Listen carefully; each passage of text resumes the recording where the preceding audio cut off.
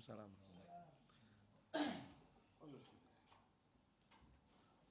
Iya, bel itu akan bunyi, akan sering bunyi. Bisa nggak? Atau gini aja, ada yang nunggu. Belnya Sementara, ya biar nggak nanti pas di tengah kajian kan.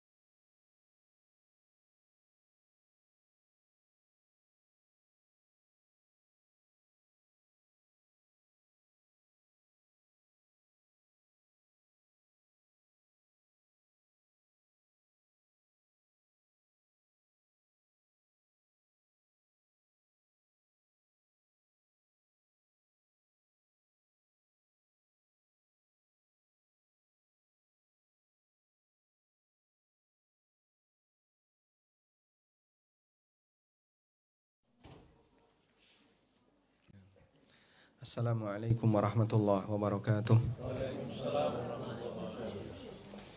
Alhamdulillahi rabbil alamin. Wassalatu wassalamu ala ashrafil mursalin. Nabiyyina wa maulana Muhammadin wa ala alihi wa sahbihi ajma'in. Wa ashhadu an la ilaha illallah wahdahu la syarika lah. Wa ashhadu anna Muhammadan abduhu wa rasuluh. Salawatu Rabbi wa salamu alaihi wa ala alihi wa ashabihi wa man sara ala nahjihi wastanna bi sunnatihi ila yaumiddin.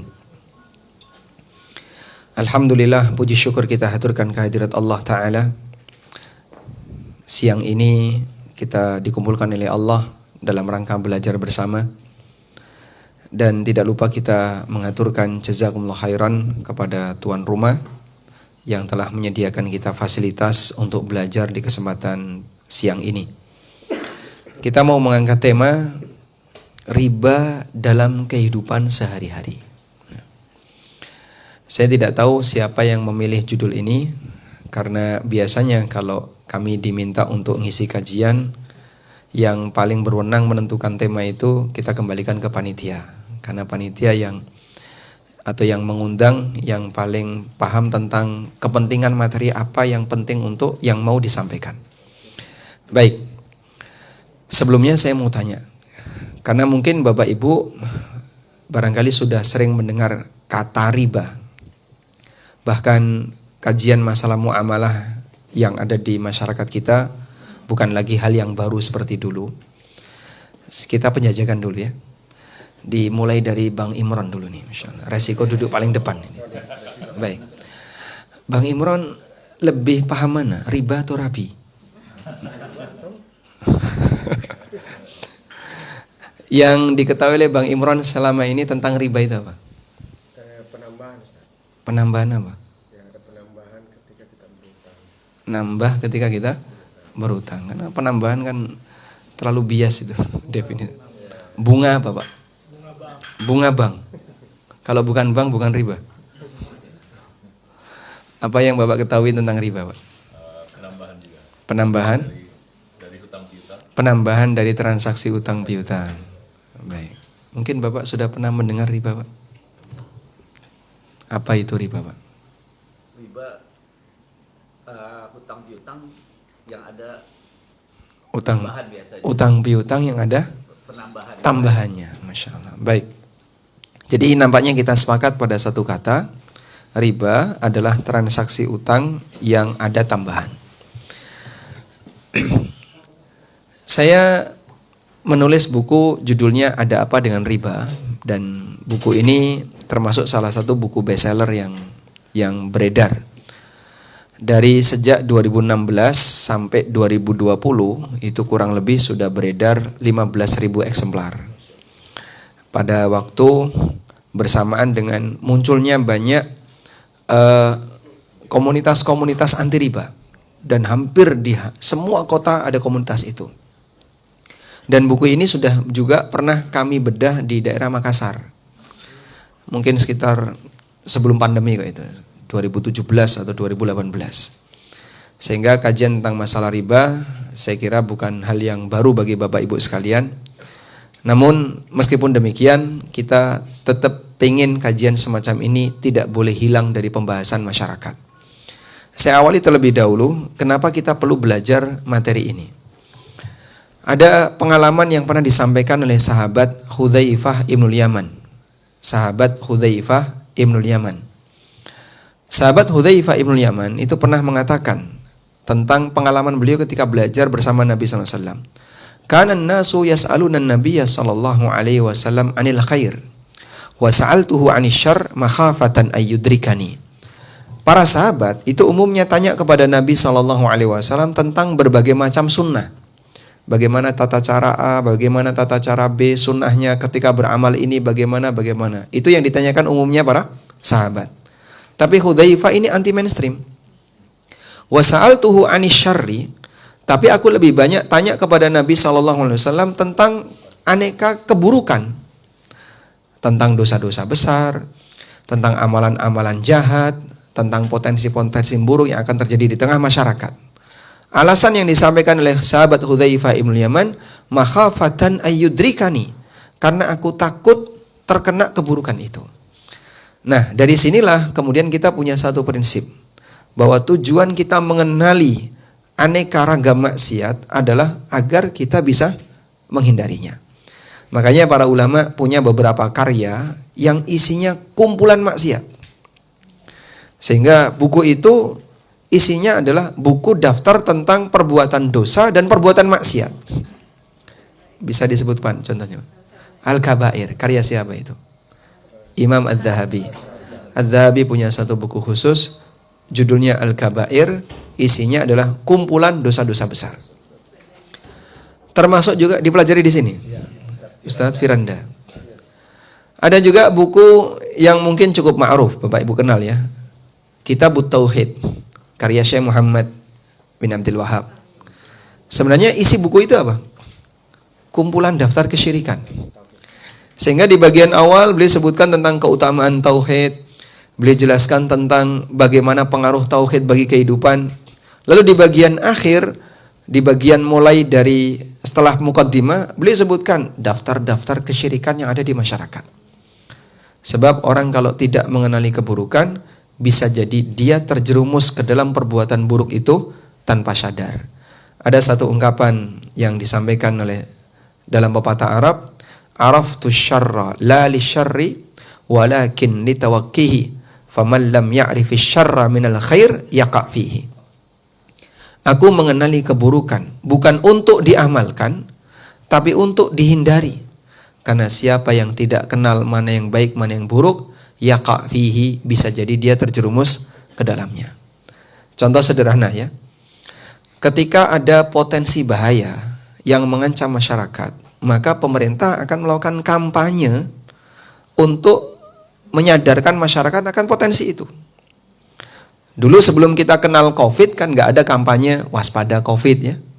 Begitu wabah ini muncul, ketika masih berada di Cina wabah itu datang, orang Indonesia sudah siaga dan pemerintah Indonesia sudah melakukan siaga. Kampanye dilakukan di mana-mana, 3M dan seterusnya. Demikian pula ketika ada wabah penyakit AIDS. Saat virus AIDS ini makin merajalela, pemerintah melakukan kampanye, awas waspada AIDS. Belakangan penyakit apa? Penyakit ini apa yang karena kucing atau anjing itu?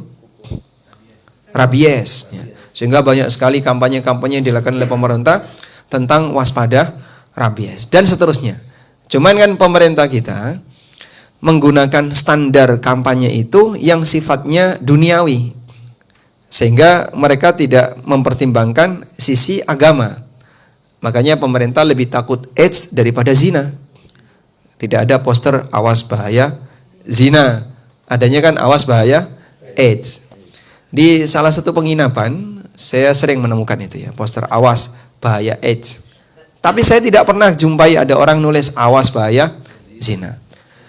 Dah seperti ini tugas kaum muslimin. Sehingga Anda punya tugas untuk mengkampanyekan ke tengah masyarakat berkaitan dengan potensi-potensi maksiat yang mungkin kurang disadari oleh masyarakat.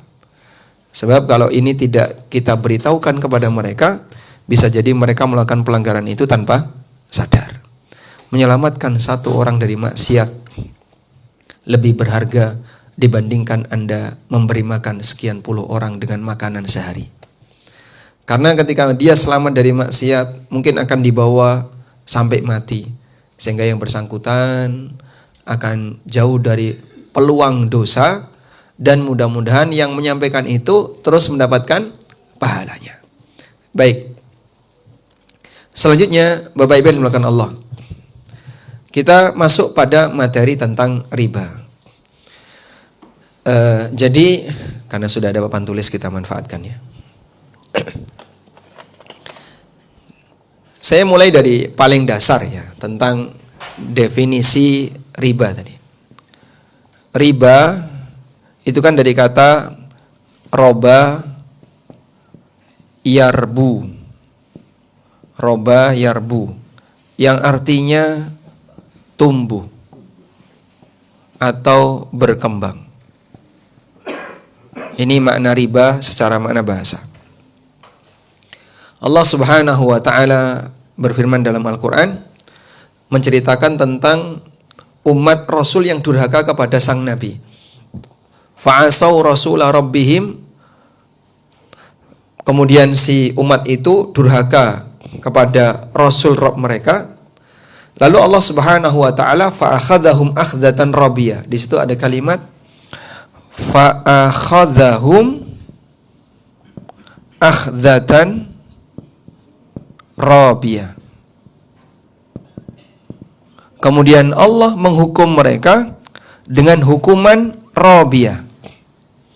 Bagaimana bentuk hukuman rabiyah? Bentuk hukuman rabiyah berarti secara makna bahasa adalah hukuman yang terus bertambah dan berkembang. Makanya kalau ada orang yang komentar seperti ini, penduduk neraka itu kan nggak mati-mati Pak, yang abadi ya. Itu kira-kira mereka bisa nggak Pak beradaptasi dengan neraka?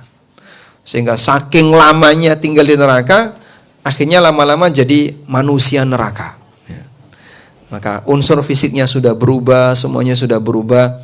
Sehingga bagi dia neraka itu ya sama sebagaimana ketika dia berinteraksi dengan alam yang ada di sini. Baik. Dan pemahaman semacam ini ternyata dimiliki oleh sebagian orang sufi. Sebagian masyarakat sufi itu punya pemahaman bahwa nanti penduduk neraka itu sudah tidak lagi merasakan sakitnya azab neraka. Ya, jadi mereka beralasan karena hukuman neraka itu sifatnya abadi, maka lama-lama mereka sudah terbiasa dengan itu. Sama seperti misalnya ketika Bapak tinggal di Jakarta, panas Pak ya? Tapi saya merasakan adem terus ya Pak. AC terus. Kok ini rasanya Jakarta lebih adem dari Jogja ini? Di dalam mobil AC, di ruangan AC. Baik. Ketika Anda tinggal di sebuah daerah yang terbiasa panas, maka Anda akan menganggap daerah itu biasa saja. Pada saat Bapak misalnya pindah ke puncak, dalam waktu sehari 2 hari Anda merasakan kedinginan. Dan seperti itu seterusnya. Tapi ini bayangan yang jelas salah. Sebab hukuman yang diberikan oleh Allah kepada orang kafir itu ternyata tidak satu level. Levelnya terus dinaikin. Itu yang disebut dengan akhdatun rabiyah. Sudah? Ini makna riba dari siapa? Bahasa. Selanjutnya, makna riba secara istilah. Makna riba secara istilah itu ada 2. Yang pertama, riba dalam arti luas. Riba dalam makna luas, definisinya adalah semua transaksi yang haram secara syar'i. baik ada kaitannya dengan utang maupun yang tidak ada kaitannya dengan utang. Itu bisa disebut riba karena itu merupakan makna riba secara istilah dalam arti yang luas. Semua transaksi yang haram secara syar'i adalah riba dalam arti yang luas. Nah, kita bisa menjumpai penggunaan istilah riba dalam makna luas itu dalam percakapan yang disampaikan oleh para sahabat. Seperti Ibnu Abi Aufa itu pernah mengatakan transaksi najash itu transaksi riba. Jadi sahabat Ibnu Abi siapa tadi? Aufa menyebut najash, transaksi najash itu adalah riba. Beliau mengatakan an-najish akil riba khain. Orang yang melakukan transaksi najash, dia pemakan riba pengkhianat. Najash itu apa sih Pak? Najash itu kayak gini ya. Si A dan si B sedang transaksi, tawar-menawar. Si A sebagai penjual, si B sebagai pembeli. Sudah? Di tengah mereka sedang menawar, tiba-tiba datang Mukidi. Nah, Mukidi nyerobot. Berapa ditawar si B? 500. Ini barang bagus. Saya berani 1 juta tunai. Akhirnya si B termotivasi untuk segera beli. Karena pengaruh siapa? Mukidi. Silakan. Nah, ketika transaksi itu terjadi, maka model transaksi ini namanya najash. Karena pengaruh yang dilakukan oleh Mukidi, terjadilah transaksi itu.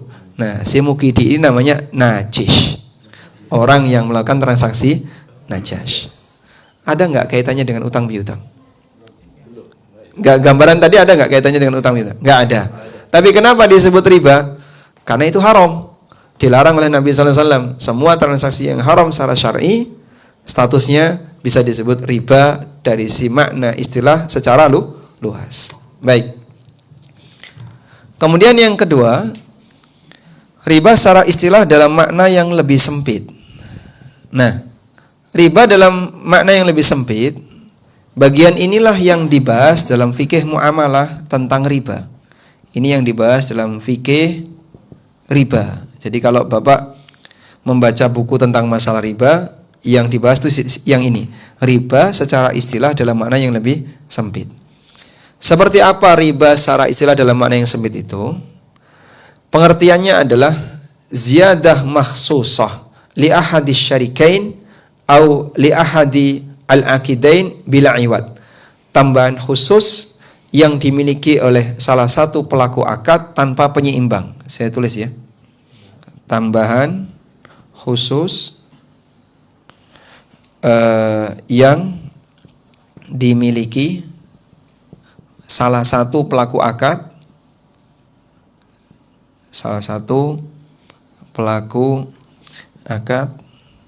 tanpa apa tadi? Penyeimbang. Nah.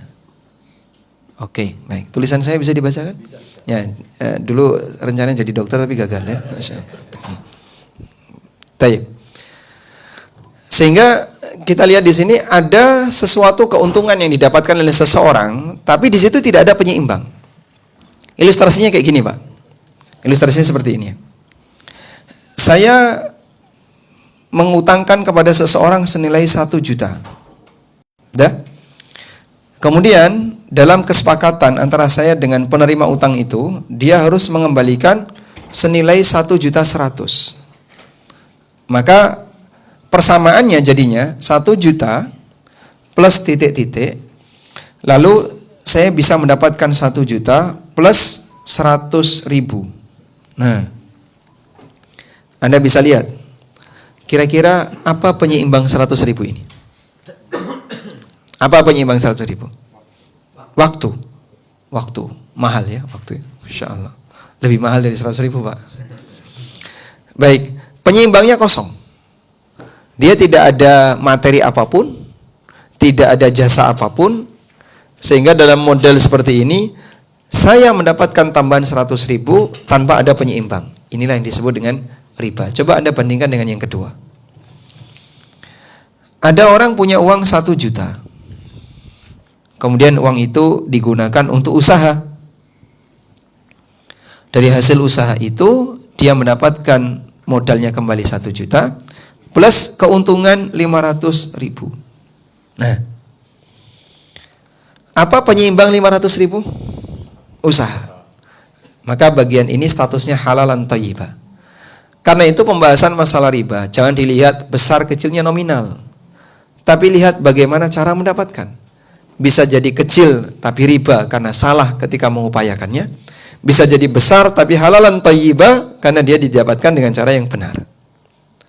Kan sering orang bilang ya, kenapa sih Pak bank syariah kok selalu lebih mahal daripada bank konven? Sehingga katanya syariah, tapi kok mahal?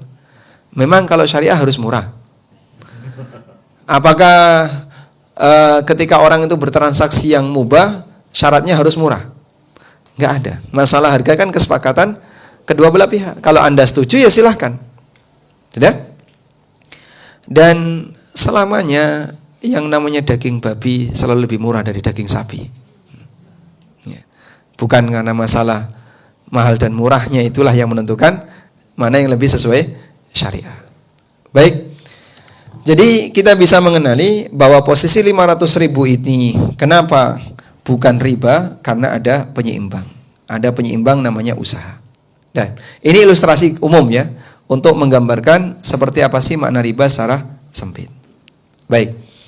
Berikutnya Bapak Ibu akan saya bawa kepada macam-macam riba. Tentang macam-macam riba. Kajian siang hari ini cukup beresiko ya. Karena Anda akan berhadapan dengan tantangan ngantuk. Tentang macam-macam riba. Saya tidak perlu menyebutkan mengenai bahaya riba, ancaman riba, karena mungkin Bapak Ibu sudah cukup sering mendengar itu. Mungkin Bapak bisa sebutkan satu contoh ancaman riba.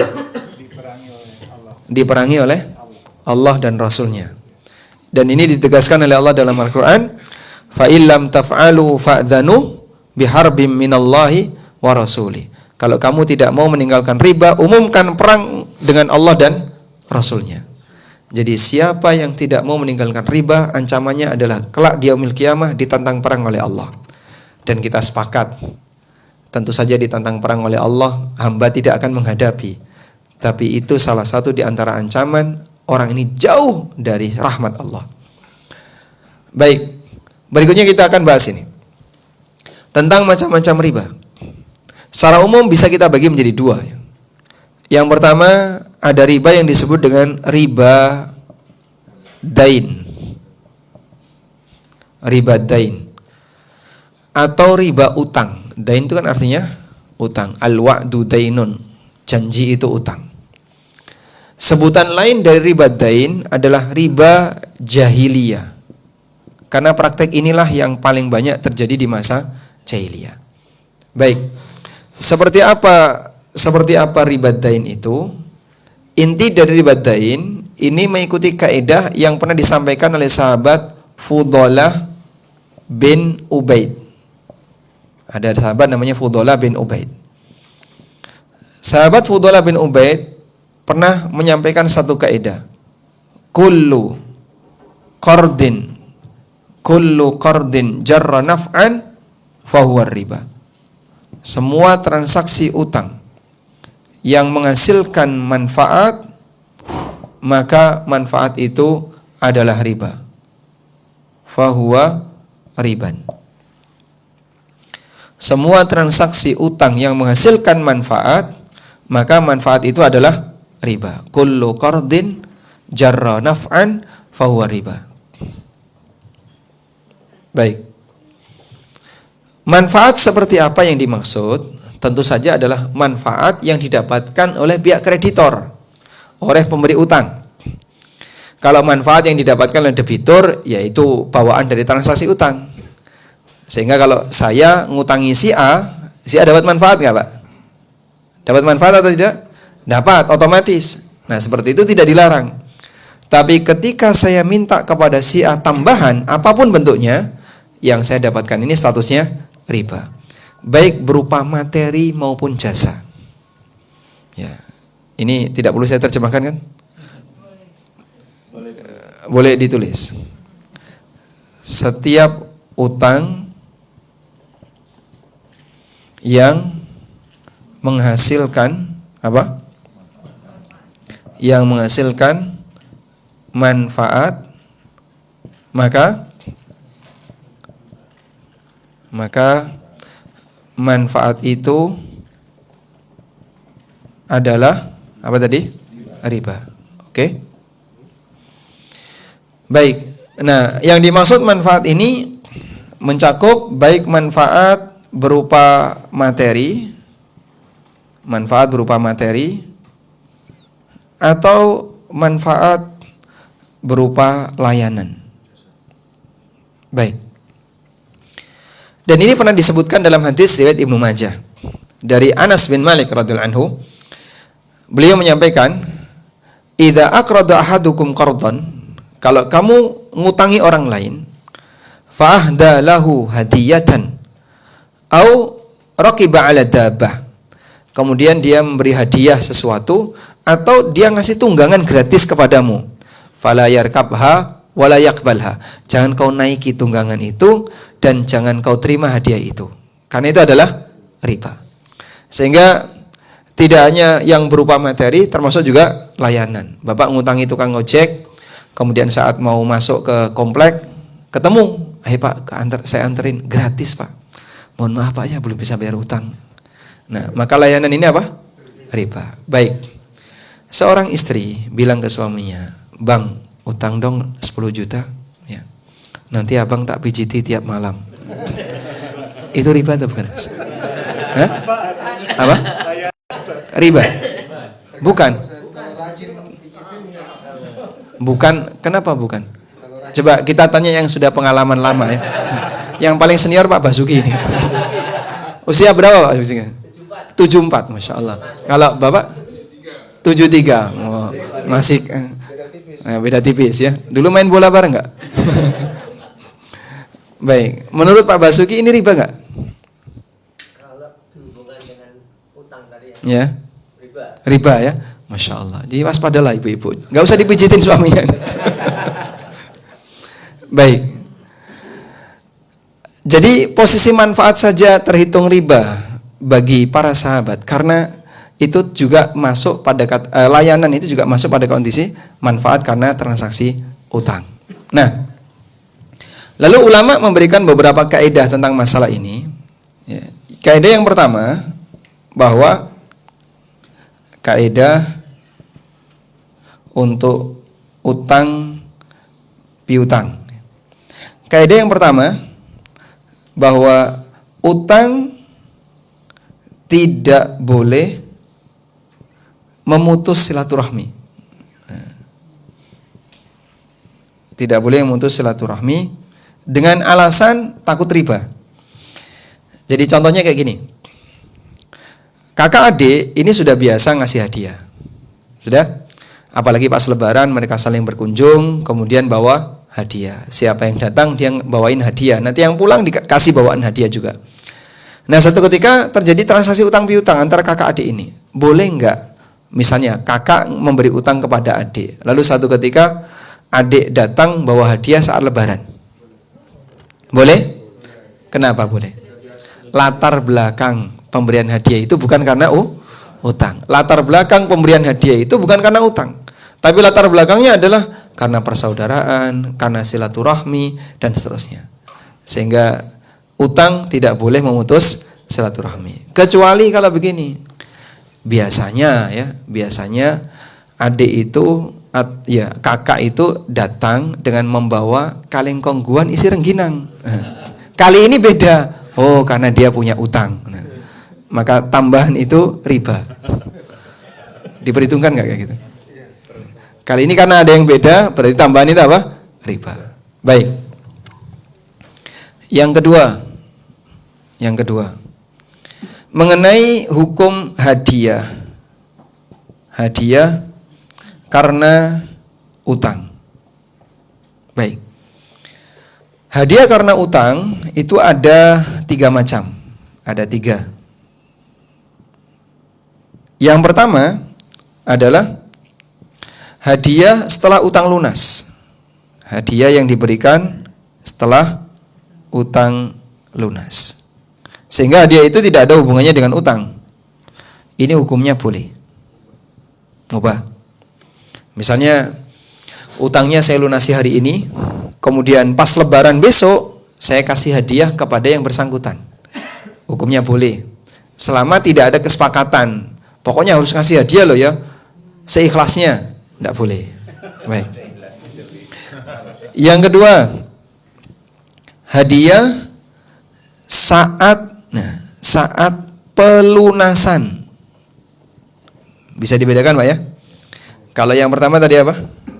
Setelah utang lunas. Jadi lunasnya sekarang, terus beberapa hari berikutnya, beberapa bulan berikutnya saya kasih hadiah. Itu yang pertama. Kalau yang kedua, saat pelunasan. Saat pelunasan tuh maksudnya gimana?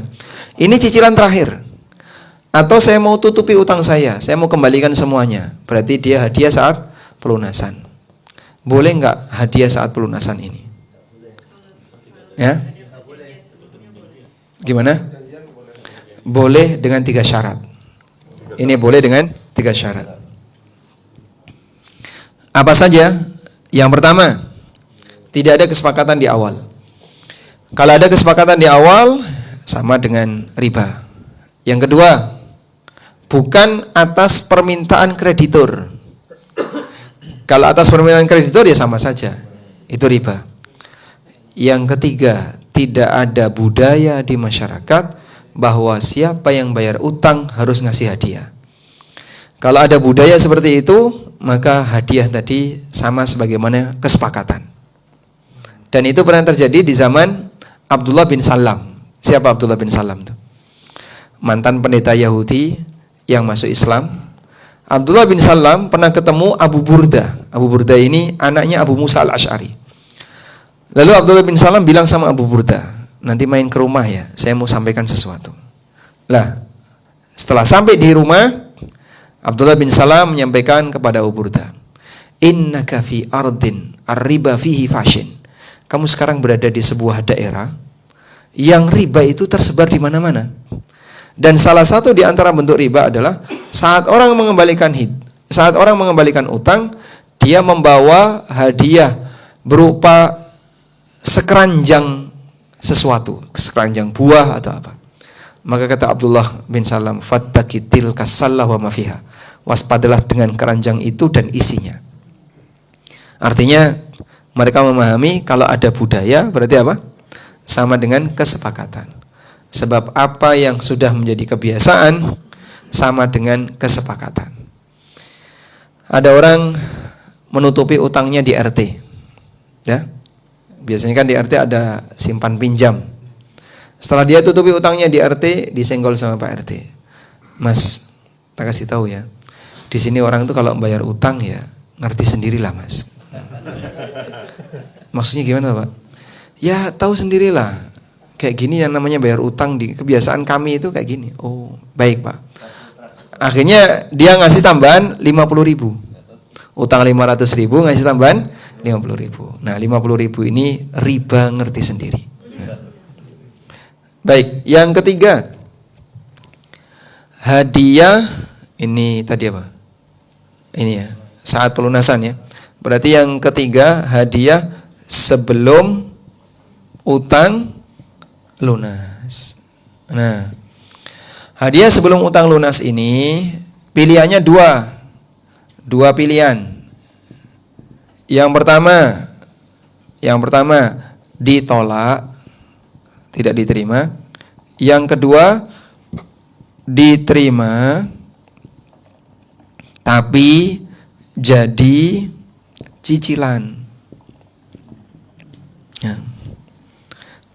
Diterima tapi jadi cicilan. Maksudnya gimana Pak?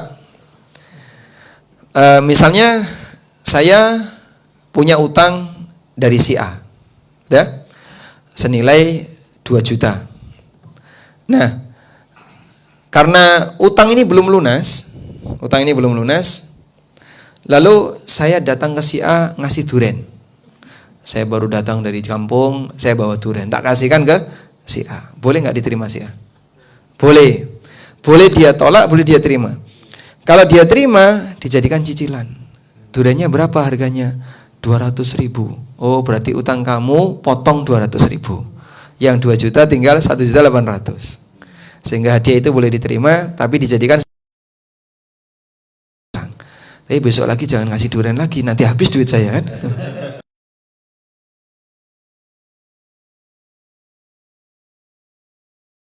Pertanyaan yang disampaikan kepada mereka berdua di tempat yang berbeda, dan mereka memfatwakan boleh kamu terima, walakin ihsibha, tapi hitung itu sebagai cicilan, sehingga utang kamu akan berkurang ketika kau menerima hadiah itu.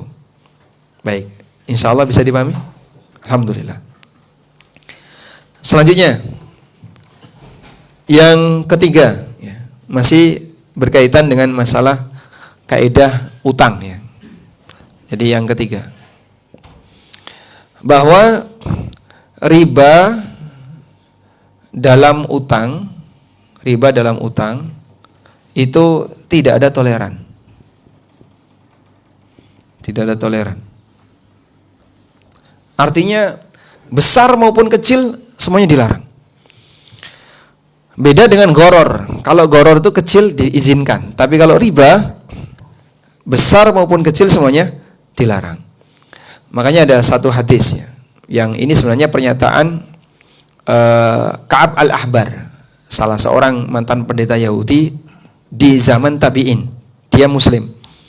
Ka'ab al-Ahbar pernah menyebutkan, dirhamun riba ya'kuluhur rajul wa huwa ya'lam asyaddu min 36 zanya. 1 dirham riba yang dimakan oleh seseorang dan dia tahu itu riba lebih buruk daripada 36 kali berzina. Wah, berarti mending zina aja, Pak. Bukan. Ini tidak menjelaskan tentang pilihan maksiat, tapi sedang mengukur tingkat bahayanya perbuatan dosa dan maksiat itu. Jika 1 dirham saja seperti itu kondisi bahayanya, apalagi yang lebih besar daripada 1 dirham. 1 dirham berapa, Mas? 1 dirham. Bapak pernah megang 1 dirham enggak? Di ANB itu ada uang 1 dirham hadiah dari seseorang. 1 dirham kurang lebih cuma 60.000 sekarang. 1 dirham riba yang mungkin kalau diuangkan hanya kurang lebih 60.000. Jika itu jadi riba yang dimakan oleh seseorang dan dia tahu kalau itu riba, lebih buruk daripada 36 berzina. Makanya kalau Anda pernah dengar bahwa orang yang memakan riba itu seperti zina dengan ibunya, ya, karena dosa riba itu sangat besar. Makanya tidak ada toleransi untuk riba. Dan tidak ada ceritanya riba boleh kalau di negeri kafir, kalau di negeri muslim dilarang. Itu fikihnya Yahudi. Yahudi itu kan kalau sesama Yahudi nggak boleh, tapi kalau dengan non Yahudi boleh riba. Seperti yang dijelaskan oleh Al-Mawardi. Beliau ketika menafsirkan firman Allah Ta'ala, wa akhdhihimur riba wa qadnuhu anhu wa aklihim amwalan nasi bil batil. Orang Yahudi itu mengambil riba padahal sudah dilarang. Kata Al-Mawardi, orang Yahudi itu melakukan praktek riba dengan selain Yahudi. Tapi kalau dengan sesama Yahudi mereka nggak mau, karena mereka tahu ini dilarang dalam Taurat. Tapi kalau selain Yahudi boleh. Makanya kalau Yahudi memberi utang ke sesama Yahudi 0 bunga. Tapi kalau Yahudi memberi utang ke selain Yahudi dipentung sekalian. Baik. Selanjutnya saya beralih ke pembahasan tentang bentuk riba jahiliyah. Aneka bentuk riba jahiliyah. Seperti apa model praktek riba jahiliyah? Dan tentu saja cerita seperti ini kan pakai riwayatnya. Ada beberapa keterangan yang disampaikan oleh para ulama berkaitan dengan model-model riba jahiliyah. Yang pertama, model jahiliyah yang disampaikan oleh Zaid bin Aslam. Zaid bin Aslam. Riba jahiliyah yang disampaikan oleh Zaid bin Aslam bentuknya adalah ada orang memberi utang kepada orang lain, kepada B, ya, sampai batas waktu tertentu dengan batas waktu, oke? Sudah? Dan bunganya 0%. Jadi nggak ada bunga. Lalu di situ ada pilihan. Saat jatuh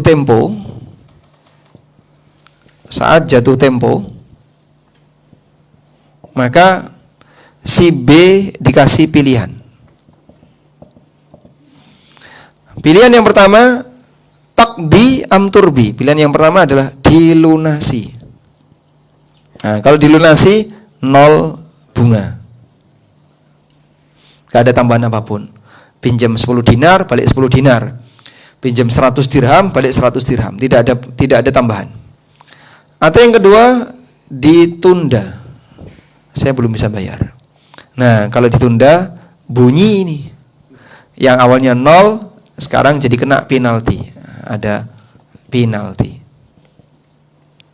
Ketika ada penalti, maka di situ ada tambahan, dan inilah ribanya. Sudah? Skema seperti ini adalah model riba jahiliyah seperti yang disampaikan oleh Zaid bin Aslam. Baik. Ada enggak persamaan seperti ini di zaman kita? Kartu kredit. Jadi kartu kredit kan kampanyenya 0% ya. Dan Bapak jangan terlalu terpengaruh dengan 0% alkohol. Nah, 0% alkohol tapi memabukkan sama saja. Memang dia nggak pakai alkohol. Nah, mungkin pakai metanol yang bikin mati atau butanol yang bikin buta. Baik. Selanjutnya ada keterangan riba jahiliyah menurut Qatadah. Qatadah bin Di'amah, ini ulama zaman tabi'in, muridnya Anas bin Malik. Qatadah itu pernah menyebutkan bentuk riba jahiliyah adalah model transaksi kredit. A, jual beli kredit dengan B. A, jual beli kredit dengan B. Sudah?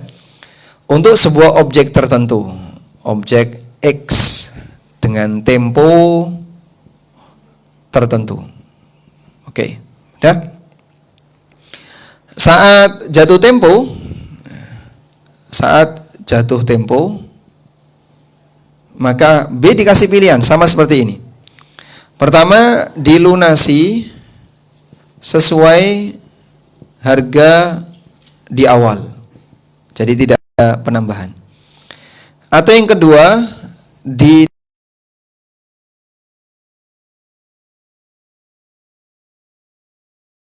sudah Pak? Tapi harga dinaikkan. Ya. Baik, karena Bapak tidak bisa 1 tahun, maka cicil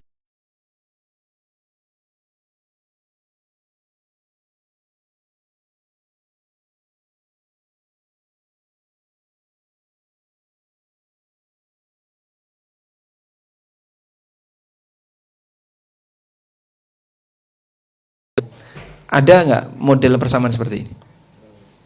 Bapak lihat produk apa yang kayak gini? Mungkin Anda pernah mendengar ya, restrukturisasi akad. Restruktur. Jadi restruk yang dilakukan oleh sebagian bank syariah itu menganut model kayak gini. Pada posisi ketika nasabah dia tidak bisa melunasi sesuai dengan waktu yang ditetapkan, ditambahlah waktu cicilan, tapi dengan harga yang baru. Nah, mereka sebut akadnya dibuat ulang dengan harga yang lebih mahal, namanya restruk transaksi. Dan itu praktek riba jahiliyah seperti keterangan Qatadah. Baik. Selanjutnya ada model riba jahiliyah yang pernah disampaikan oleh Ar-Razi. Kalau Ar-Razi ini bukan tabi'in ya, ini tokoh belakangan. Dalam tafsirnya Ar-Razi menyebutkan bahwa model riba jahiliyah itu adalah permodalan investasi tanpa resiko rugi. Jadi saya invest di perusahaan A. Cuman saya minta jaminan. Nanti kalau untung bagi hasil, kalau rugi modal balik. Seperti itu apa? Riba jahiliyah. Saya invest ya di sebuah perusahaan. Kalau untung kita bagi hasil sesuai kesepakatan 50-50 atau 60-40. Ya kayak akad mudharabah. Tapi kalau rugi ya minimal modal saya balik. Itu namanya apa? Riba jahiliyah versi 3. Sehingga orang jahiliyah dulu ketika ada orang misalnya mau berdagang ke Syam, dia bisa ngasih modal sekian, dah. Nanti resiko apapun pokoknya minimal modal saya balik. Dia tidak mau nanggung resiko. Makanya investasi yang syar'i gimana, Pak? Setiap investasi yang syar'i, kalau Anda mau invest yang syar'i, itu prinsipnya adalah peluang untung sama dengan resiko rugi. Artinya begini, siapa yang ingin peluang untung, maka di saat yang sama dia harus siap nanggung resiko rugi. Nggak boleh, saya maunya untung saja, kalau rugi kamu yang nanggung. Ini nggak adil. Maka prinsip investasi syariah, akad mudharabah adalah ringan sama dijinjing, berat sama dipikul. Bukan ringan aku ikut jinjing, berat kamu yang mikul. Nah, ini dolim. Udah? Dan Nabi SAW pernah menyebutkan dalam satu kaidah, la ribha ma lam yudman. Tidak boleh ada keuntungan yang tidak menanggung resiko kerugian. Sehingga siapa yang mau untung, berarti di saat yang sama dia harus siap dengan resiko rugi. Sudah Pak? Baik. Ada jadwal piketnya Pak? Oh gitu, Masya Allah. Mau difoto dulu. Bapak berdiri di sini mau difoto Pak?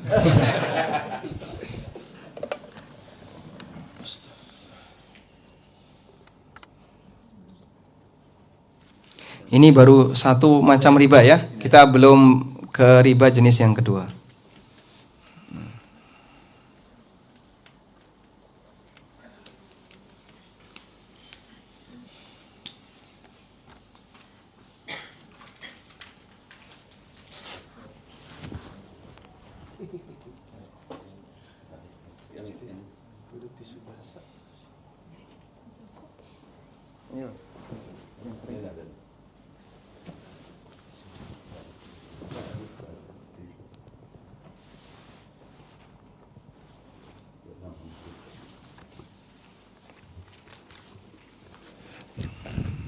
Baik, cukup insyaallah ya, cukup. Sekarang kita sambung ke riba jenis yang kedua. Tapi riba yang pertama tadi apa Pak? Riba utang, ya, riba utang. Berikutnya kita beralih ke riba jual beli. Cukup, insyaallah. Masya Allah. Ini lapisannya sampai hilang. Nah, kita mau bahas tentang riba jenis yang ini kan satu ini ya. Yang kedua, masih di macam-macam riba. Riba jual beli. Baik. Riba jual beli itu hanya terbatas pada komoditas ribawi. Sehingga sebelum bahas tentang riba jual beli, Bapak Ibu perlu paham dulu tentang komoditas ribawi. Komoditas ribawi. Baik. Komoditas ribawi itu ada 6. Nah, 6 itu dibagi menjadi 2 kelompok. Sebagaimana dalam hadis dari sahabat Ubadah bin Samit. Ada kelompok 1, saya tulis kelompok 1, yaitu kelompok mata uang. Untuk kelompok 1 yaitu mata uang, benda ribawinya berupa dinar dan dirham. Sudah? Kemudian dinar dan dirham turunannya adalah dan semua uang dan semua mata uang yang beredar di masyarakat. Kemudian kelompok 2 adalah bahan makanan pokok yang bisa disimpan. yang bisa disimpan. Ada nggak Pak bahan makanan yang nggak bisa disimpan? Ada? Contohnya apa? Duren. Duren itu bahan makanan nggak? Oh bukan ya. Tahu. Nah, tahu itu bukan benda ribawi ya. Tempe dan seterusnya. Sayur termasuk ya bahan makanan. Tapi dia bukan benda ribawi karena dia tidak bisa disimpan. Baik. Nah, bahan makanan yang bisa disimpan ini yang disebutkan dalam hadis ada kurma, kemudian gandum, lalu bur, kemudian garam. Baik. Turunannya semua bahan makanan yang bisa disimpan. Apa saja Pak? Tepung, beras, gula, jagung, dan seterusnya. Itu semuanya adalah benda ribawi kelompok 2. Sudah? Baik. Dan semua turunannya. Dan turunannya. Nah.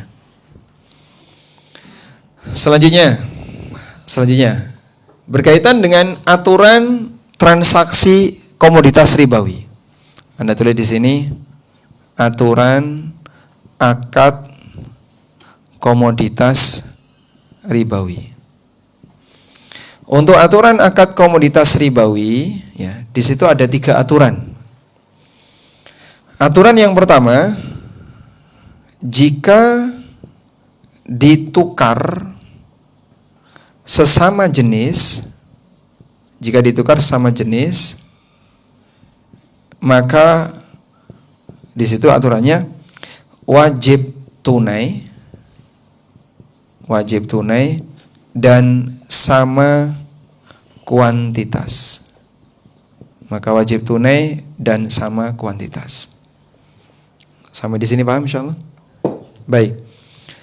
Jika tidak tunai, tertunda salah satu, jadinya riba nasi'ah. Kalau tertunda, nanti Anda lengkapi kalau nulis ya, kalau nyatet, maka jadinya riba nasi'ah. Jika tidak sama kuantitasnya, kalau tidak sama, maka jadinya riba fadl. Nah, sehingga melanggar salah satu dari aturan ini riba. Bisa riba nasi'ah, bisa riba fadl. Dipahami insyaallah? Kita kasih contoh. Contohnya misalnya emas dengan emas, itu kan ditukar dengan yang sejenis ya, sama jenis. Emas dengan emas. Anda punya emas 10 gram baru, Anda punya emas 10 gram yang dibeli tahun 2000. Mau ditukar dengan emas baru tahun 2025. Jadi sama-sama emas. Baik. Syaratnya apa? Wajib sama dan tunai. Cuman kan praktiknya nggak kayak itu Pak. Emas yang lama ditukar emas baru, beratnya sama, tombok nggak? Tombok itu ada riba fadl. Jadi misalnya ya, cincin berapa? 5 cincin itu 10 gram atau 20 gram? Berapa? 20 kilo. Cincin misalnya 5 gram ya. Cincin 5 gram ini dibeli tahun 2000. Ya? Mau ditukar nih dengan cincin dengan berat yang sama. Cincin dengan berat yang sama, 5 gram. Tahun 2025. Nah, yang 5 gram ini kan pasti ada kelebihan. Yang tahun 2000 pasti ada kelebihan. Jadi nanti rumusnya kayak gini ya. Cincin 5 gram 2000 plus 300.000, ya, dapat cincin berapa? Sama. Nah, dapat cincin 5 gram tahun 2025. Nah, tambahan ini riba apa? Riba fadl. Tambahan ini namanya riba fadl.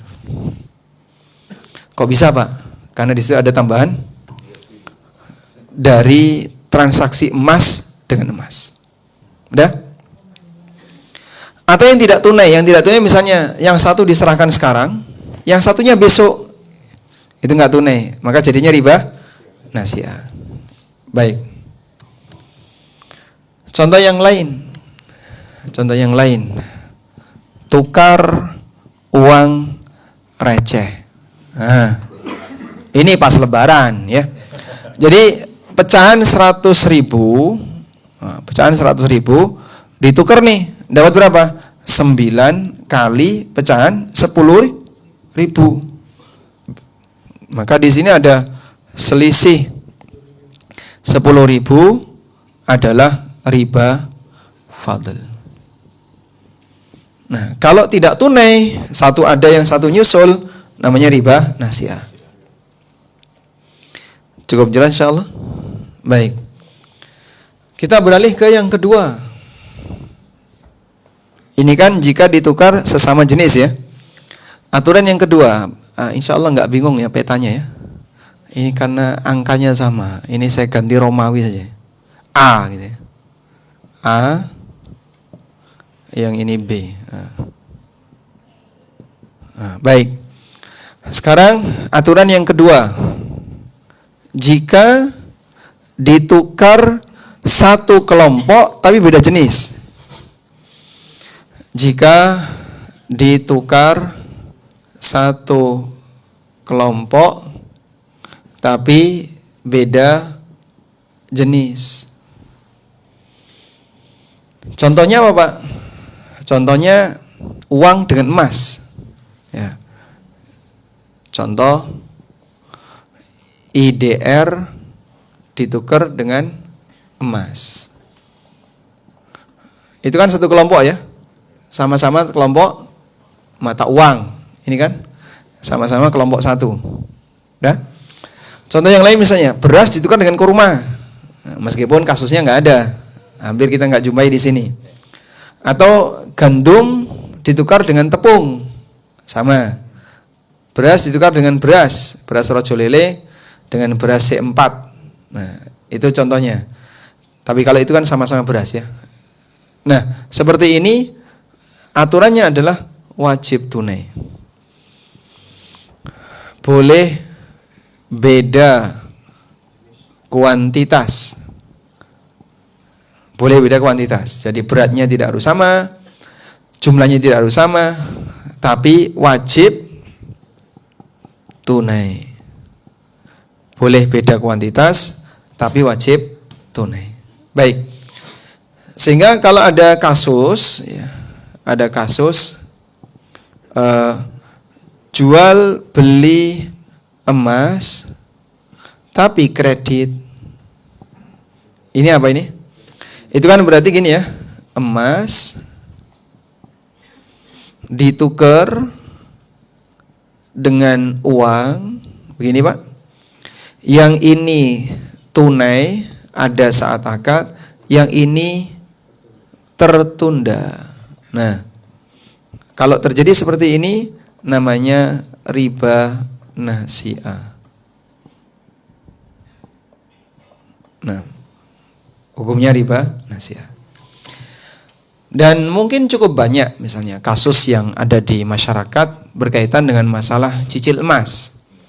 Dengan aneka ragam produk, apalagi dikembangkan oleh sebagian perbankan, bahkan itu menjadi salah satu produk andalan, yaitu produk cicil emas. Dan produk semacam ini hakikatnya adalah riba nasi'ah. Baik, sekarang ada model baru lagi Pak, yaitu produk gadai emas atau cicil emas. Kurang lebih mirip sebenarnya Pak. Gadai emas atau cicil emas. Kayaknya yang kedua ini, yang cicil emas. Jadi begini, dia modelnya hedging ya. Dia modelnya hedging. Si A datang ke bank, kemudian membuat kesepakatan, saya mau beli emas dari bank untuk harga hari ini. Udah, kemudian dikunci di harga 2 juta. Di harga 2 juta. Beli berapa? 20 gram. Berarti kan dia harus store berapa? 40 juta. Nah, 40 juta yang harus dia setorkan itu dibayar secara nyicil. Dibayar secara nyicil. Jadi program cicil emas ini.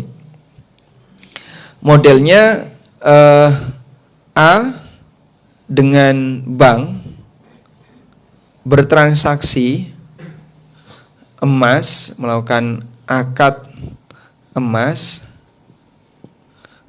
tapi uang dicicil. Pada posisi akad itu dilakukan, emasnya belum ada. Sehingga saya mau beli 20 gram. Bank ketika itu belum sedia emas 20 gram. Tapi kalau nanti nasabah menghendaki, berarti nunggu dulu setelah lunas baru dikasih 20 gram. Sesuai dengan nilai waktu kesepakatan. Sehingga kalau disepakati harganya tadi 40 juta, kok ke depannya harga emas jadi 2,5 juta, jadi 3 juta, karena sudah dikunci, ini tidak akan menggeser. Sehingga tetap yang dibayarkan 40 juta. Nah, model kayak gitu kan jadinya apa? Riba nasiah. Karena dia membeli emas tapi tidak tunai. Gitu? Baik. Termasuk misalnya A store ke Pegadaian. A store ke Pegadaian. Sudah? Lalu storannya itu dikonversi ke emas. Sehingga misalnya dia buat daftar gitu ya. Store 500.000. Nah, dapat berapa? Oh, Bapak dapat 0,25 gram emas untuk harga hari ini. Nanti dia store lagi 1 juta. Dapat berapa? Oh, Bapak dapat 0, karena emas naik 0,4 gram. Store lagi 2 juta. Dapat berapa? 0, terus seperti itu. Sampai di titik akhir diakumulasi. Sekarang Bapak punya 5,5 gram. Dia ambil setelah sekian tahun, nanti ada 2 pilihan. Mau emas 55 atau uang.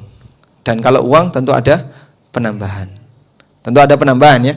Antara nilai yang disetorkan ini ya, 500, 2 juta, 1 juta ini, anggaplah misalnya dia sudah store senilai 11 juta. Nanti dia ketika mau tarik, dia bisa dapat 15 juta. Tambahan itu riba. Ya sebenarnya cuman mainan-mainan kayak gini. Dan ini ada aturan ketat karena emas termasuk di antara benda ribawi. Wallahu a'lam. Baik, karena sudah ngantuk jadi sampai di sini saja. Insyaallah. Kajian serius tapi di jam kritis kan beresiko. Baik, sekarang sudah jam 2:08. Barangkali Bapak Ibu mau menyampaikan sesuatu sebagai tambahan kasus, kita bisa bahas bareng-bareng insyaallah. Wassallallahu ala nabiyyina Muhammadin wa ala alihi wa sahbihi wasallam. Moderator. Ya, langsung. Ini mau langsung. Bismillah, assalamualaikum warahmatullahi wabarakatuh. Semoga Ustadz dan keluarga serta tim serta semua jamaah yang ada di sini dan yang mengikuti secara online selalu dalam rahmat dan hidayah dari Allah. Izin bertanya, saat misalkan ada kasus seperti ini kan, emas kayak kemarin tuh lagi harganya ini ya naik terus ya. Jadi banyak terjadi jual beli emas di kalangan ibu-ibu terutama. Nah, seandainya ada contoh nih, ada ibu yang menjual emas, tapi dia sistemnya itu misalkan dia dititipi orang yang mau menjual emasnya. Nanti si katakanlah yang menjual emas namanya A. Nah, yang menitipkan misalkan B.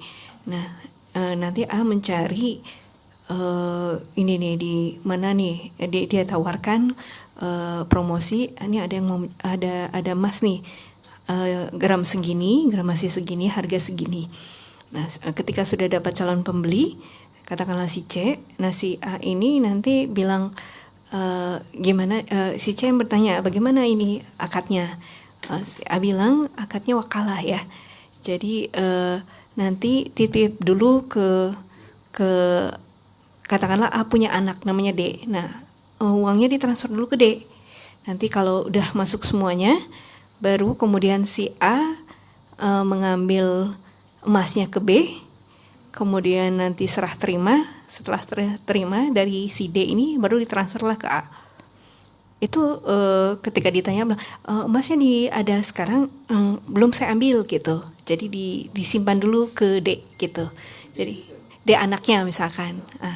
Jadi begitu emasnya sudah diterima oleh si C ini yang membeli, barulah si D mentransfer uang yang sudah sebelumnya kepada ibunya si penjual emas ini.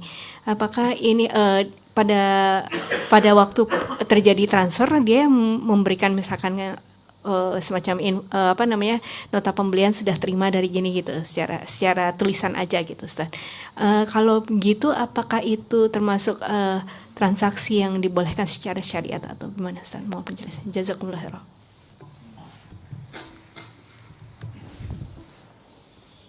Baik, insya Allah paham nggak ya?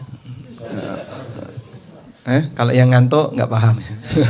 Kalau nggak ngantuk insya Allah paham. Baik, jadi karena tadi kita punya satu prinsip bahwa emas itu harus ditransaksikan secara tunai. Maka solusinya bagaimana kalau antara penjual dan pembeli berada di tempat yang berbeda. Dan ini sudah jadi masalah yang umum di masyarakat. Penjualnya ada di Jakarta, pembelinya ada di Surabaya atau sebaliknya. Padahal sebenarnya masing-masing pun bisa nyari penjual yang berada di kota yang sama. Cuman kan jodoh berkata beda ya. Sehingga transaksinya lewat online, janjiannya lewat online, maka mengharuskan adanya solusi ketika berada di dua tempat.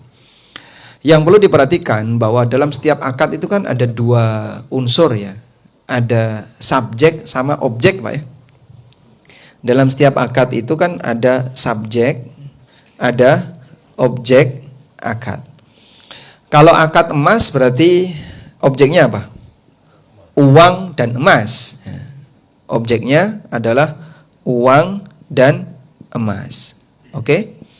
Subjeknya berarti penjual dan pembeli. Nah, untuk subjek ini bisa diwakilkan. Akad wakalah itu sangat longgar dan cukup bisa jadi solusi untuk banyak kasus ketika orang tidak bisa hadir. Sebutkan contoh akad apa saja yang bisa diwakilkan dan yang tidak bisa diwakilkan. Ada nggak Pak akad yang tidak bisa diwakilkan? Hah? Apa? Akad nikah bisa diwakilkan nggak? Bisa. Wali bisa diwakilkan. Yang pengantinnya bisa diwakilkan. Ya, jadi kalau misalnya ada bujangan pesan ke Pak Basuki, Pak tolong wakili saya dong Pak, saya mau dinikahkan dengan putrinya si B. Terus Pak Basuki datang di depan wali, salaman dengan wali, aku nikahkan ya si A tadi dengan putri saya. Nah Pak Basuki nerima, saya terima nikahnya putri Bapak bukan untuk saya ya, tapi untuk orang yang mewakilkan saya. Nabi Muhammad SAW itu menikahi Ummu Habibah di mana? Ummu Habibah di posisi di Habasyah. Ummu Habibah di Habasyah. Yang jadi wakilnya pengantin putra yaitu Rasulullah SAW. Wakilnya itu Ja'far. Ja'far mewakili Nabi SAW. Ummu Habibah dinikahkan oleh Raja Najasyi. Yang Raja Najasyi ini apa?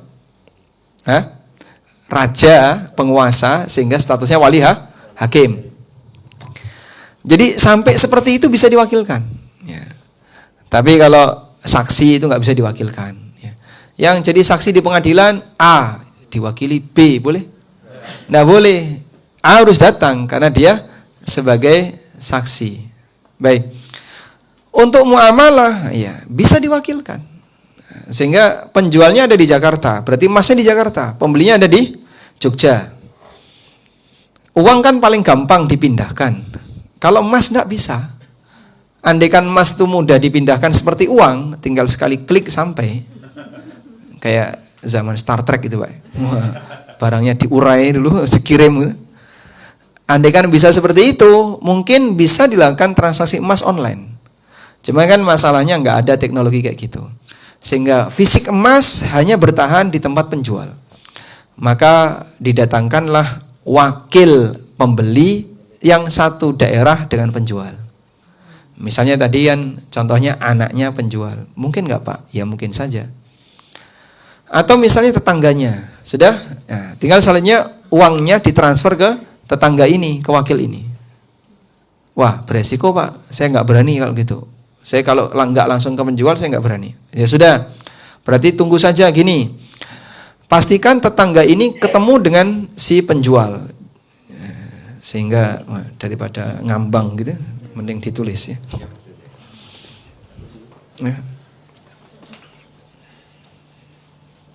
Cukup insyaallah Pak, cukup. Bismillah. Bisa.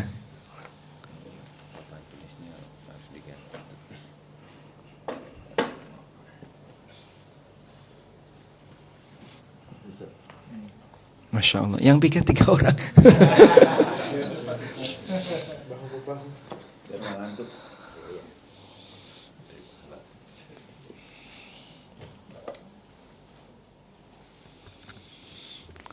Baik, cukup insya Allah. Sebenarnya kita cuma mau menjelaskan posisi saja ya. Jadi seperti apa sih posisi wakalah itu agar nanti bisa dilakukan secara online. Baik, cukup Pak. Oh, dikeringin. Nggak disemprot hair dryer Pak. Ngelinting nanti papan tulisnya. Ya.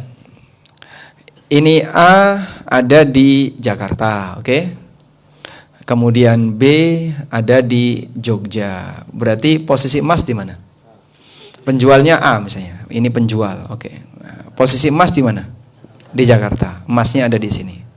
Ya, emas. Baik. Berarti wakilnya itu didatangkan kemana? Ke Jogja atau wakil didatangkan ke Jakarta? Jakarta. Nah, di sini ada C sebagai wakil. Wakil B. Nah, cuman B tidak mau transfer ke C. Saya tidak begitu kenal wakil saya. Sebab wakil ini kan kadang ditunjuk oleh A. Rekomendasi A ya. Bapak nanti wakilkan ke C ya. Oke. Baik. Kalau misalnya B pengennya, saya pengen langsung transfer ke A. Boleh Pak? Boleh. Nah, posisinya gimana? A dan C ketemu. A dan C satu tempat. Sudah? Emas sudah siap, A dan C sudah siap. Lalu B transfer. Nah, B transfer. Saat B transfer, A kemudian menyerahkan emasnya ke C. Selesai. Sehingga uang diterima tunai, emas diterima tunai oleh wakilnya B. Sudah? Yadan biyadin, dari tangan ke tangan. Selanjutnya gimana Pak? Si C ini nggak punya pengalaman ngirim emas. Gimana ya caranya ngirim emas? Dia nggak tahu. Yang punya pengalaman ngirim emas ya A, karena dia penjual emas. Akhirnya karena C nggak punya pengalaman, dititipkan kembali ke A. Titip untuk dikirimkan. Nah, akad titip untuk dikirimkan itu kan setelah diterima oleh C sebagai wakil B. Maka di posisi itu tidak ada istilah transaksi tidak tunai, karena yang kedua ini akad yang beda dengan yang pertama. Sudah, tinggal nanti dikirimkan. Insya Allah ini cukup solutif berkaitan dengan posisi penjual dan pembeli yang berbeda tempat. Nah, cukup insya Allah. Silakan. Kalau istilah tunai itu gimana? Menyambung ini. Kalau kita beli emas di Antam itu, setelah setuju katakanlah yang 50 atau 100 gram, kita bayar dulu ke loket atau transfer. Nah, nanti baru suruh nunggu. Kira-kira 15 menit atau 10 menit baru serah terima emasnya. Ini selisih 10-15 menit ini gimana Ustaz? Bayar dulu.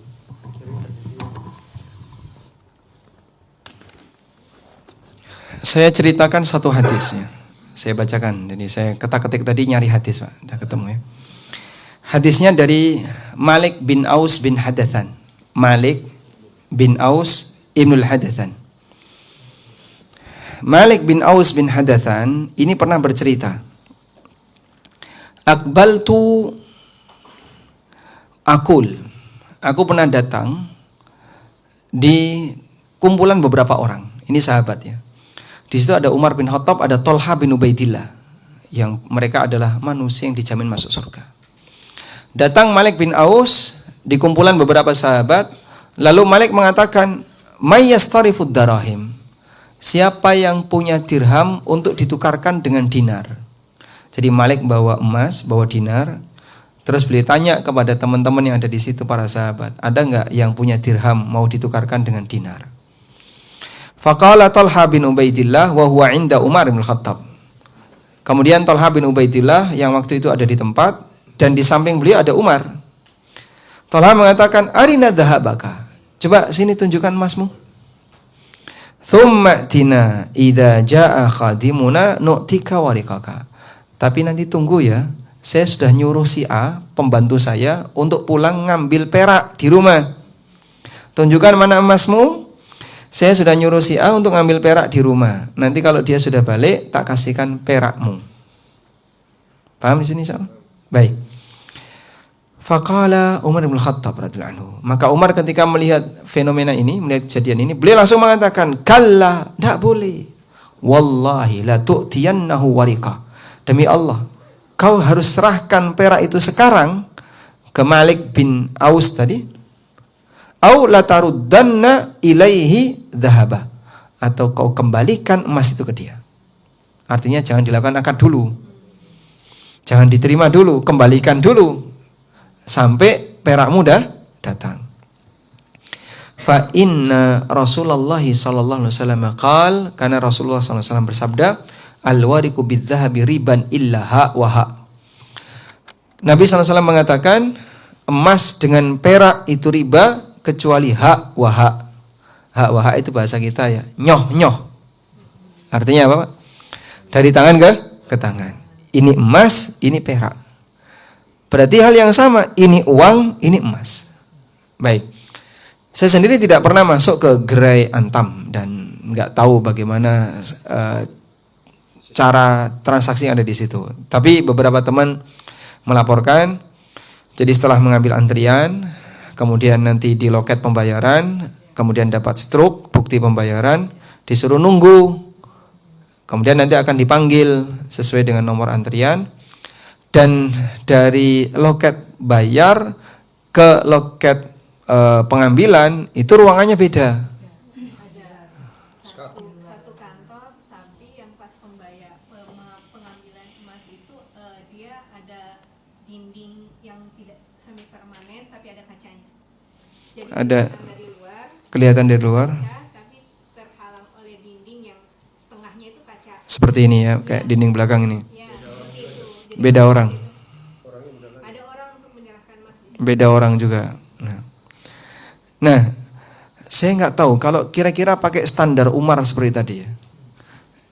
Itu berapa sih selisih waktu ketika Thalha bin Ubaidillah nerima emasnya Malik bin Aus, dengan dia nyuruh pembantunya ngambil dirham di rumahnya? Apakah kira-kira sampai 2 hari? Nah, itu di Madinah kok 2 hari. Artinya kejadian itu ada di tempat. Cuman karena tidak sedang ada di rumah, maka pembantunya Thalha bin Ubaidillah pulang dulu mengambil. Yang mungkin waktunya bisa kita hitung ya nggak sampai setengah jam, nggak sampai 15 menit bahkan misalnya.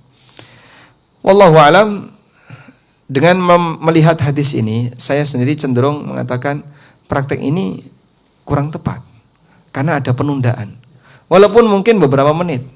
Karena kata kuncinya tadi, kata Rasulullah SAW, "Adz-dzahabu al-wariku bidz-dzahabi riban illa ha wa ha." Emas dengan perak itu riba kecuali dari tangan ke tangan. Nyah-nyoh. Jadi ketika di sini ada perak, di saat yang sama ada emas. Ketika di sini Anda sudah bayar uang, di tempat yang sama ada emas. Nah, cuman kan modelnya nggak kayak gitu. Yang sebenarnya cukup mudah. Kalau dibuat kayak gitu bisa nggak, Pak? Ya sangat bisa. Seperti toko emas pada umumnya. Ini emas, ini EDC misalnya. Dah? Dia langsung gesek di mesin EDC. Baik, sudah Pak, masuk, emasnya serahkan. Selesai. Nah, masalahnya dia mau beli emas berapa? Tinggal satu tahap sebelumnya. pendaftaran dulu. Bapak mau beli emas berapa? Sekian. Misalnya 5 gram. Baik, siapkan uangnya sekian Pak ya. Nanti Bapak tinggal gesek di mesin edisi itu plus emasnya ada di situ. Selesai. Kalau seperti ini kita sepakat boleh. Wallahu alam. Cuman ketika ada waktu penundaan tadi sekian puluh menit dan itu pun beda tempat walaupun kelihatan kaca orangnya beda yang menyerahkan, kita khawatir termasuk di antara yang melanggar seperti yang disampaikan oleh Umar bin Khattab radhiyallahu anhu. Wallahu a'lam. Seandainya ada yang sudah pernah melakukan itu, saya tadi tidak tahu bahwa adanya batas dinding itu dan mungkin jeda waktu itu, karena ketidaktahuannya bahwa akan ada jeda waktu itu, bagaimana Ustaz? Apakah Sudah tahu kalau ini dilarang, tapi nggak tahu situasi di sana atau gimana? Atau belum tahu kalau ini dilarang? tidak tahu situasinya begitu, Hah? tidak tahu bahwa misalkan ada jeda waktu ataupun terhalang sama di bilik lain itu termasuk yang Termasuk yang dilarang. Ya, intinya ketika orang tidak tahu dan berbuat salah maka diampuni, itu kaidah ya. Rabbana la tu'akhidna in nasina aw akhtana. Ya Allah, jangan kau menghukumku jika aku lupa atau keliru. Lupa saja ketika salah enggak dihukum, apalagi enggak tahu. Antara enggak tahu sama lupa lebih parah mana? Lebih parah? Tidak tahu. Kalau lupa kan pernah tahu tapi lupa. Ini tidak pernah tahu. Kalau tidak pernah tahu ya sama sekali tidak ada hukum baginya. Wallahu a'lam. Kalau seperti itu kan berarti kan tadi riba ya. Nah kalau misalnya nih ada solusi lain, sebenarnya ada juga yang jual emas antam tapi di toko emas. Tapi di toko emas itu bilang kita ada tambahan 300.000 misalnya dari antam. Kalau kan tadi di antam kan nggak boleh tuh sistem seperti itu. Nah jadi ini juga riba kan di toko emas ini. Ada tambahan 300.000 maksudnya harga lebih mahal. Lebih mahal 300.000. Toko ini minta tambahan 300.000. Karena kan kalau di antam kan tadi menunggu. Ya, mungkin ada nilai antrian yang harus dia bayar. Kemudian ongkos dan seterusnya. Baik, jadi untuk masalah harga itu kembali kepada kesepakatan. Misalnya, saya bawa emas 1 gram. Sekarang kan harga emas 2 juta ya. Saya bawa emas 1 gram. Karena saya BU, maka saya jual dengan harga murah. Dah, 1 juta aja lah, siapa yang mau? Cepat sekarang. Langsung. Karena orang seneng emas, dia beli emas 1 gram tadi dengan harga 1 juta. Saya dapat uang tunai 1 juta, saya jual emas 1 gram. Boleh nggak? Boleh. Kenapa? Yang penting tuh tunai, masalah harga bebas. Ada, yang penting ada uang, ada barang. Tapi kalau salah satu tertunda, jadi misalnya 1 juta dulu ya, yang 500 nanti, nah itu riba nasiah. Jika ternyata konsumen setuju, harganya berapa? 2 juta plus 300.000, ada tambahan 300.000. Saya minta tambahan dong 300.000. Nah, kenapa Pak? Nah, saya kan kemarin ngantri kemarin ini. Terus kita setuju, ya udah enggak apa-apa, sah-sah saja, boleh. Karena masalah harga kembali kepada kesepakatan. Beda dengan ini. Anda punya emas ditukar dengan emas yang lain. Gramasinya sama, tapi suruh nambah. Nah, kalau seperti itu riba fadl. Baik. Cukup jelas ya Allah.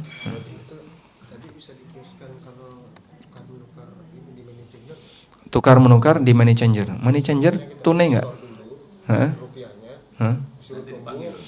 Kalau disuruh nunggu ya nggak boleh pisah dari tempat itu. Kalau money changer yang satu meja insya Allah aman. Tapi kalau sepanjang masih bisa saling melihat, dihitung satu majelis. Kalau masuk dulu terpisah. Ya, seperti di Mekah Madinah kan ada apa? Kaca ya. Sehingga cuma dikasih lubang kecil. Kayak toko obat 24 jam. Toko obat 24 jam itu cuma bisa lewat lubang kecil. Apakah transaksi itu boleh? Boleh nggak kayak gitu? Kan kita terhalang oleh dinding kaca sehingga aku tidak bisa menembus hatimu, ya nggak sampai. Hah? Ya, kalau seperti itu tidak boleh. Harusnya dia ada di satu tempat yang sama. Makanya model satu meja kayak di bandara itu tidak apa-apa. Ya. Nah, edukasi kayak gini memang masih banyak orang yang belum dapat ya. Sehingga kadang kita membicarakan kayak gini, kok rumit banget tuh tadi orang muslim. Yang gampang-gampang saja. Masya Allah. Ya memang kita menghendaki yang mudah, tapi ini ada aturannya. Ketika di situ ada aturan, cobalah kita disiplin dikit memenuhi aturan itu. Walaupun barangkali lebih rumit. Namun sebenarnya nggak rumit-rumit banget. Tinggal disiapkan saja, Bapak butuh berapa, ini ada, tinggal serah terima di satu waktu yang sama, selesai. Mau dihitung dulu di tempat, yang satunya baru ditampakkan setelah selesai dihitung, boleh kayak gitu? Boleh. Wallahu a'lam. Baik. Jadi kalau yang tadi yang diantam itu bisa terhitung riba karena dia selain ada jeda waktu dia terpisah dengan Ya, itu ya Ustaz. meskipun bagi antam sendiri mereka meyakini itu bukan ya, bukan riba, karena mereka berpatokan pada fatwa DSN bahwa emas itu bukan benda ribawi lagi. Kalau emas bukan benda ribawi lagi ya semua yang kita bahas ini hilang semua dah. Ya, karena sudah tidak berlaku. Ketika emas kita keluarkan sebagai benda ribawi. Baik. Enggak jadi. Jadi enggak? Ya, gimana? Sebentar. Ustaz, sebenarnya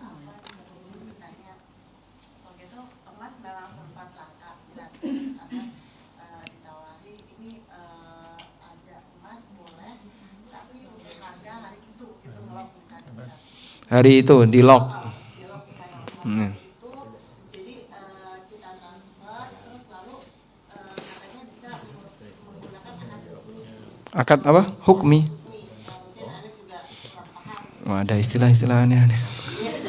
Iya, jadi harga itu tapi ketemunya tuh nggak satu, jadi kita bayar tunai.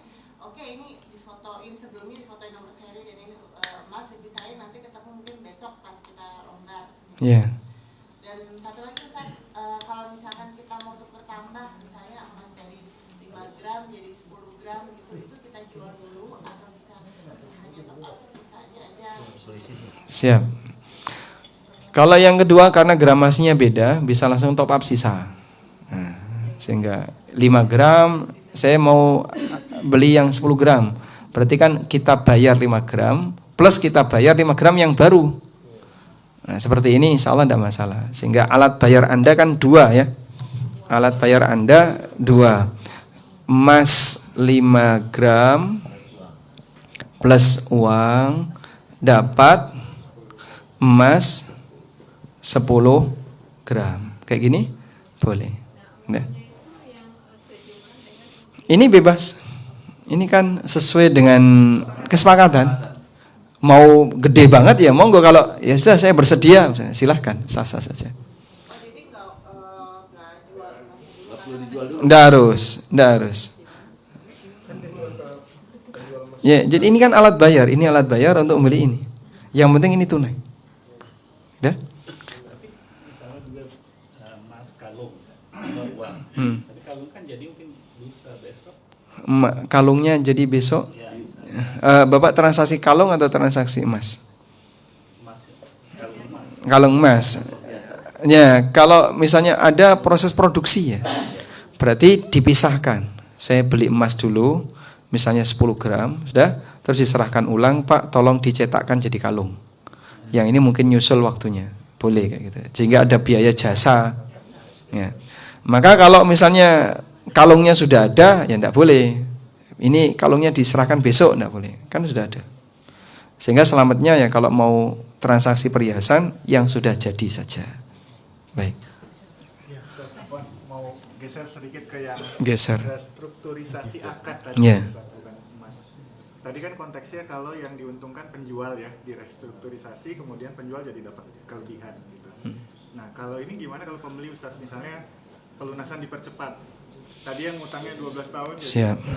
Tapi dapat diskon jadinya kan karena Ya, dipercepat sehingga harganya jadi lebih murah. lebih murah. Kalau itu disepakati di awal, jadinya jual beli 2 harga. Kalau Bapak bisa lunas 6 bulan, kasih potongan 10%, jual beli 2 harga. Tapi kalau itu sifatnya insidental, maka status potongan itu bonus, hadiah, dan itu boleh. Wallahu a'lam. Baik, sudah dijemput ya. Gimana? Ya, saya anggap model agak akad hukmi dan paham akad hukmi apa? Kamuflase. Nah, ini kamuflase akad dulu ya, akadnya nanti. Namanya akad hukmi.